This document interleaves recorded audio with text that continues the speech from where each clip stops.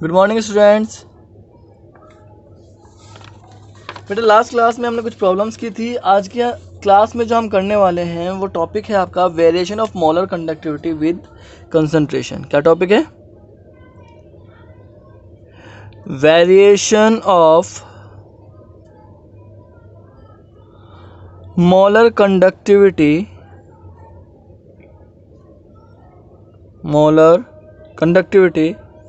With concentration. Okay,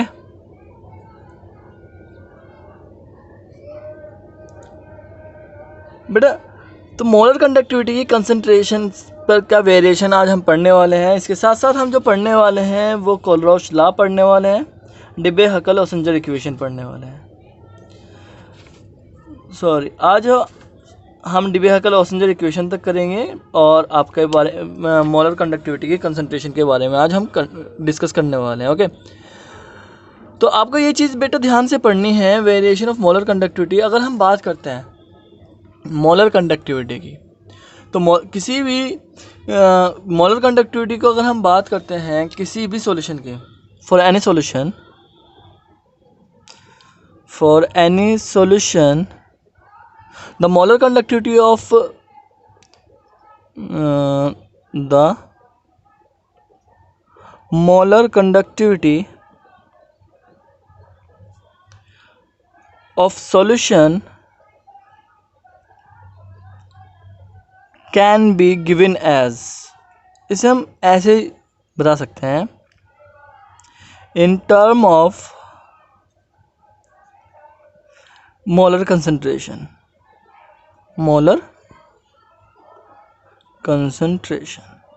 okay, lambda M equals to kappa into C.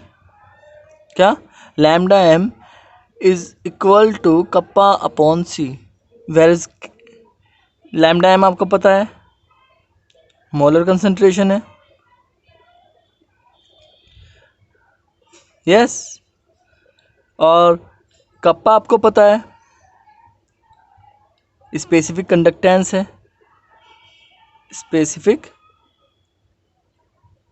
Conductance है, और सी यानी आपको पता है it is molar concentration. Okay, तो अगर आप देख रहे हो बेटा, तो relation between concentration and lambda M is inversely proportional. इसका मतलब क्या हुआ कि अगर मोलर कंसंट्रेशन बढ़ेगी तो लैम्डा एम की वैल्यू जो है वो घटेगी। यहां से आप इस चीज को लगा सकते हो। यस, अब देखो सी को हमने क्या कहा, इट इज मोलर कंसंट्रेशन, यानी सॉल्यूशन में जो इलेक्ट्रोलाइट है वो आपका वो 1 मोल है। अगर वो 1 मोल है, जबकि हमें पता है सी क्या होता है, n/v होता है। और अगर हमने इसकी v की n की वैल्यू 1 रखी और इसकी वैल्यू और हमें पता है n = 1, तो c will be equals to 1/v हो गया। ये वैल्यू हमने वहाँ पुट की तो lambda m will be equals to हो जाता है कप्पा इंटू v के।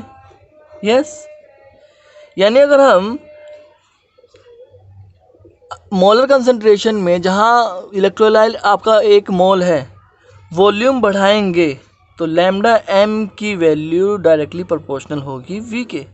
यानी हम कह सकते हैं अगर हम कंसंट्रेशन इन्वर्सली प्रोपोर्शनल होती है, लेकिन volume of any solution, volume बढ़ाने पर जब इलेक्ट्रोलाइट को हम 1 मोल रखें तो वॉल्यूम हमेशा मोलर कंसंट्रेशन के डायरेक्टली प्रोपोर्शनल हो सकती है। हम ये कह सकते हैं,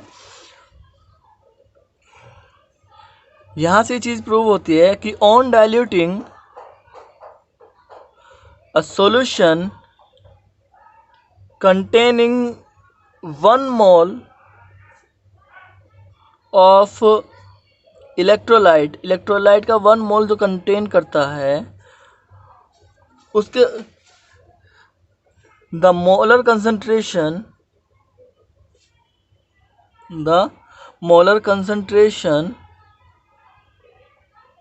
ऑलवेज बी इंक्रीज। यस, क्या होगी बेटा, वो हमेशा इंक्रीज होगी। समझ में आ रही है आपको कैसे हुआ? आपको फिर से बता रहा हूँ, देखो ध्यान से, कि किसी भी सॉल्यूशन के लिए जब मोलर कंडक्टिविटी देते हैं, मोलर कंसंट्रेशन में जो रिलेशन है वो lambda M into kappa upon C है, जहाँ सी मोलर कंसंट्रेशन है। अगर हम सी की बात करते हैं, सी एन अपॉन वी होता है नंबर ऑफ मोल्स इन पर यूनिट वॉल्यूम। यस, एन की वैल्यू हमने मोलर वन यूनिट वॉल्यूम है, तो सी इक्वल्स टू 1/v हुआ। तो ये वैल्यू अगर हम इसकी ये वैल्यू हम यहाँ पर रखें तो lambda M will be kappa into V. यहाँ से ये चीज़ पता होती है कि किसी भी सॉल्यूशन के लिए जो स्पेसिफिक कंडक्टेंस है वो हमेशा क्या होती है, कांस्टेंट होती है। अगर हम यहाँ देखते हैं तो लैम्डा एम डायरेक्टली प्रोपोर्शनल होता है वी के, यानी अगर हम किसी इलेक्ट्रोलाइट का 1 मोल लें और उसकी कंसनट्रेशन उसमें हम उसे डाइल्यूट कर दें तो उसकी जो मोलर कंसंट्रेशन है, मोलर जो कंडक्टेंस है वो हमेशा इंक्रीज़ होगी, यानी वॉल्यूम बढ़ाने पर मोलर कंडक्टेंस भी इंक्रीज़ होगी। Is that clear? अब इस कंडक्टेंस को शो करने के लिए एक इक्वेशन दी गई है, मोलर कंडक्टेंस की वेरिएशन शो करने के लिए एक इक्वेशन दी गई है। अगर हम एक ग्राफ प्लॉट करें between lambda M versus root C, lambda M versus root C के बीच में अगर हम ग्राफ प्लॉट करते हैं तो यहाँ पर हमें एक इक्वेशन मिलती है, और कह लीजिए इक्वेशन दी गई है lambda M equals to lambda not M minus A under root C. ये बेटा आपकी जो इक्वेशन है ये डिबाई ओसेंजर हकल इक्वेशन कहलाती है। ये हकल इक्वेशन, ये जो इक्वेशन है ये आपके सिलेबस में सिर्फ इंट्रोडक्टरी पार्ट है, इसे प्रूव नहीं करना है, आपको ये याद रखनी है। यहाँ पर लैम्डा एम मोलर कंसंट्रेशन है, यहाँ पर आपका सी लैम्डा नॉट एम क्या है, लिमिटिंग मोलर कंसंट्रेशन है, limiting molar concentration. Okay, A आपका कांस्टेंट है और ये इक्वेशन जो है आपकी linear equation y equals to mx plus C को फॉलो करती है। तो इसका मतलब क्या हुआ, जब आप लैम्डा एम हम रूट सी के बीच में ग्राफ प्लॉट करोगे तो एक स्ट्रेट लाइन आनी चाहिए with negative slope. Yes, and then the intercept lambda not M. Yes, और ये किसी भी ग्राफ के लिए या कह लीजिए किसी भी इलेक्ट्रोलाइट के लिए आनी चाहिए। यस, ये जो इक्वेशन आती है बेटा किसी भी कह लीजिए किसी भी, ये आपका स्लोप क्या है माइनस ए रूट सी लैम्डा एम, और ये आपका इंटरसेप्ट है लैम्डा नॉट एम। ओके, तो it is for any electrolyte, कह लीजिए किसी भी इलेक्ट्रोलाइट के लिए आनी चाहिए, पर ऐसा नहीं है बेटा। It is possible only for strong electrolyte. क्या, अगर मैं बात करता हूँ, it is possible for only strong electrolyte, strong electrolyte के लिए ये इक्वेशन पॉसिबल है। क्लियर है आपको? तो वीक इलेक्ट्रोलाइट के लिए इक्वेशन कैसी आती है? वीक इलेक्ट्रोलाइट के लिए जब हम ये ग्राफ लैम्डा एम और रूट सी के बीच में ग्राफ प्लॉट करते हैं बेटा, तो वो इस तरीके से आता है। क्लियर है?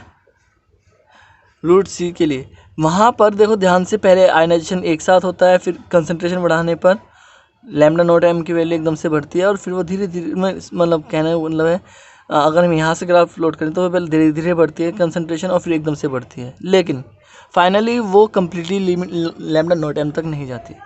क्लियर है?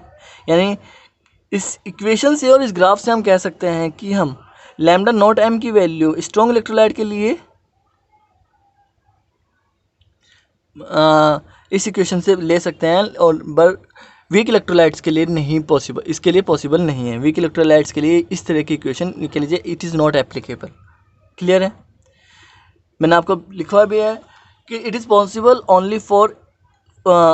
For only strong electrolytes. ये स्ट्रॉन्ग इलेक्ट्रोलाइट्स के लिए पॉसिबल है। और इसका रीज़न क्या है? अगर हम बात करें कि भाई what is the reason, reason है स्ट्रॉन्ग इलेक्ट्रोलाइट कंप्लीटली आयनाइज्ड होते हैं। क्या? Strong electrolytes are completely ionized, while weak electrolytes are not. Yes, electrolytes are not. और रीज़न समझ में आ रहा है कि स्ट्रॉन्ग इलेक्ट्रोलाइट कंप्लीटली आयनाइज्ड होते हैं, वीक इलेक्ट्रोलाइट कंप्लीटली आयनाइज्ड नहीं होते, इसलिए उनकी लिमिटिंग मोलर कंडक्टेंस को हम डिबे हकल ओसेंजर हकल या कह लीजिए डिबे हकल ओसेंजर इक्वेशन से फाइंड आउट नहीं कर सकते।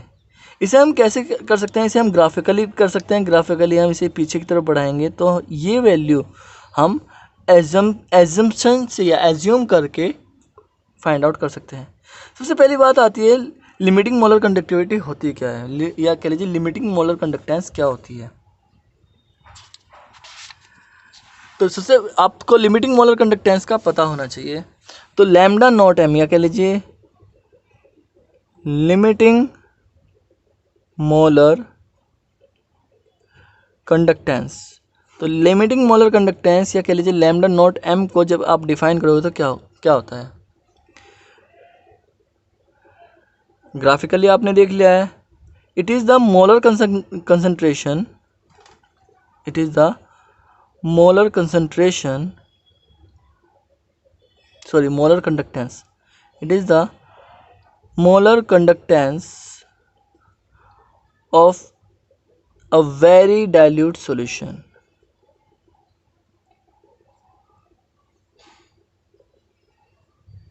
जब किसी भी सॉल्यूशन की कंसंट्रेशन ऑलमोस्ट ज़ीरो हो, किसी भी सॉल्यूशन की कंसंट्रेशन ऑलमोस्ट ज़ीरो हो, तो उसकी कंडक्टेंस को हम लिमिटिंग मोलर कंडक्टेंस कहते हैं। When a solution has the concentration almost zero, then the conductance of the solution is known as limiting molar conductance. समझ में आई आपको बात?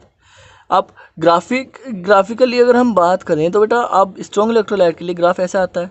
तो रूट सी कंसंट्रेशन यहाँ पर ऑलमोस्ट ज़ीरो होती है, ये लैम्डा एम है। तो लैम्डा नॉट एम कब है? जब कंसंट्रेशन ऑलमोस्ट ज़ीरो है, ये ज़ीरो है उस कंसंट्रेशन पर, सॉल्यूशन की कंसंट्रेशन ऑलमोस्ट ज़ीरो है, तब हम उसकी जो कंडक्टेंस होगी उसे हम लिमिटिंग मोलर कंडक्टेंस बोलते हैं। Is that clear? Strong electrolyte के लिए जो हमने बात की, तो स्ट्रॉन्ग इलेक्ट्रोलाइट के लिए ये कंडक्टेंस जो होती है बेटा आ जाती है बाय डिबे हकल ओसेंजर इक्वेशन जो हमने पढ़ी है। Lambda M equals to lambda not M minus A under root C. यहाँ पर आपको याद रखना है लैम्डा नॉट एम जो है इंटरसेप्ट है और माइनस ए का जो स्लोप है, नेगेटिव स्लोप आपको दिखाई दे रहा है। Is that clear? लेकिन अगर हम बात करते हैं वीक इलेक्ट्रोलाइट्स की, तो वीक इलेक्ट्रोलाइट्स के लिए ग्राफ इस तरीके से आता है और इसे आप पीछे की तरफ बढ़ाकर ही फाइंड आउट कर सकते हो। क्लियर है? तो आज के लिए इतना। आपको एक चीज़ और रह गई है बतानी कि भाई जो ए है ये कांस्टेंट है और इसकी जो नेचर है, ए की जो नेचर होगी आपको याद रखना है, ये हमेशा ए की जो वैल्यू होगी it depend on nature of electrolyte, nature of electrolyte, electrolyte की नेचर पे डिपेंड करता है। Is it clear? तो आज के लिए इतना, बाकी हम नेक्स्ट क्लास में करेंगे। Thank you.